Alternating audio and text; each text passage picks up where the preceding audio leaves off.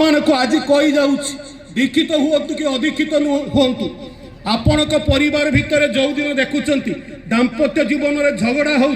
भाई भाई भितर झगड़ा हो बंधु बंधु भितर कौन कारण झगड़ा होपण जदि चेष्टा करी आपण दुई जनक भितर जी ठाकुर को भल पाती अपेक्षाकृत बेसी सी जदि हसी देवे ताले देखिए समस्या अनेकटा से समाधान हो कारण अन्य भाई जनक किंबा अन्य सहयोगी जनक तार हस देखिले आ विरक्त हबार संभावना कमी जाए किंतु से हस कहीं से हस टिकक शिखा आपण को सत्संग को आसवाक पड़ो से हसबार कौशल शिखेबा श्री श्री ठाकुर आसी हसबार कारणटा जे से निजे एवं से हस मनीष पाखर केमिति से हस हस मुह आउ तार निरुद्विग्न जीवनटा आसव एइथिपाई श्री श्री ठाकुर लोकलीला एवं अद्यावधि आचार्य परंपरा भितर ताही परिपालित हो चली कौ कथा मनीष आपण मानक निकट रखिबो श्री श्री ठाकुर जो दीक्षा शिक्षा विवाह कथा कही आज से दीक्षा शिक्षा विवाह कथा आपण माने थोड़े चिंता करी देखंतु तो विवाह बाबद कहले मनीष के स्पृह विवाह कथा कहले मनीष जो प्रकार विधि व्यवस्था भितर दे गति करुच्ची आ सरकार जो सब योजना अच्छी एसबू को देखिए आपण मैंने कौन चिंता करुँच आज सरकार पाखरे जो योजना अच्छी भल मेढ़ा चाष करने सरकार योजना है भल छेली चाष घुषुरी चाष माछ चाष किंतु भल मनीषटा जन्म नापी जो व्यवस्था से व्यवस्थाटा कहीं आज परिवार जीवन में शून्यतार कथा कहते आज दाम्पत्य जीवन कथा कहते गोटाए बड़ सेमिनारटे होता है एवं सही सेमिनार रे जड़े इंग्राजी विभाग जड़े एक प्रोफेसर डॉक्टर सूर्यवंशी टॉक दे सारिबा परे सेठाकार बहिर्भारतीय किसी व्यक्ति प्रश्न करते doctor Suryavanshi can you differentiate between two terms complete and finish प्रश्न थिला डॉक्टर सूर्यवंशी को आपने दुईटा शब्द भितर पार्थक्यटा कहीदे पारे कि फिनिश आउ कंप्लीट भितर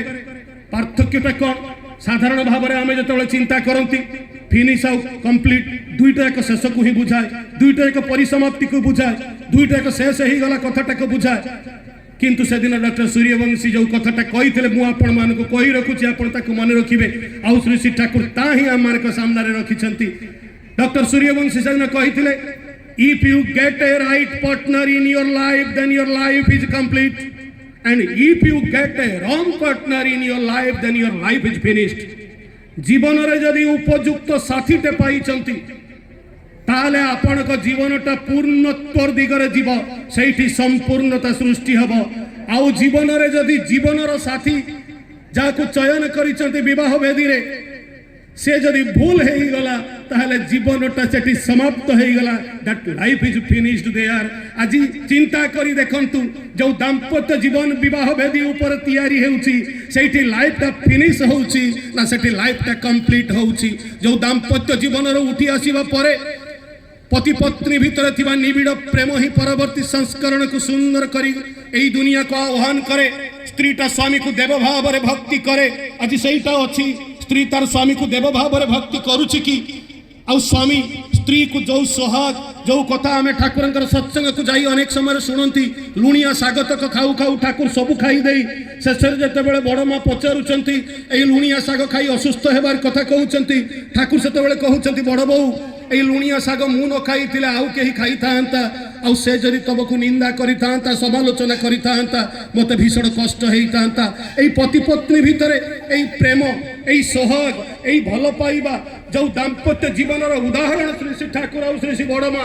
तांको को स्कूल कॉलेज रो बही भितरे आपण पढिबार सुयोग पाइबे कि एई सत्संग ही एकमात्र सही प्लेटफॉर्म जोठी के आसीले मनीष ता दाम्पत्य जीवन ताको गढी पारे से दाम्पत्य जीवनटा केमिति हेबो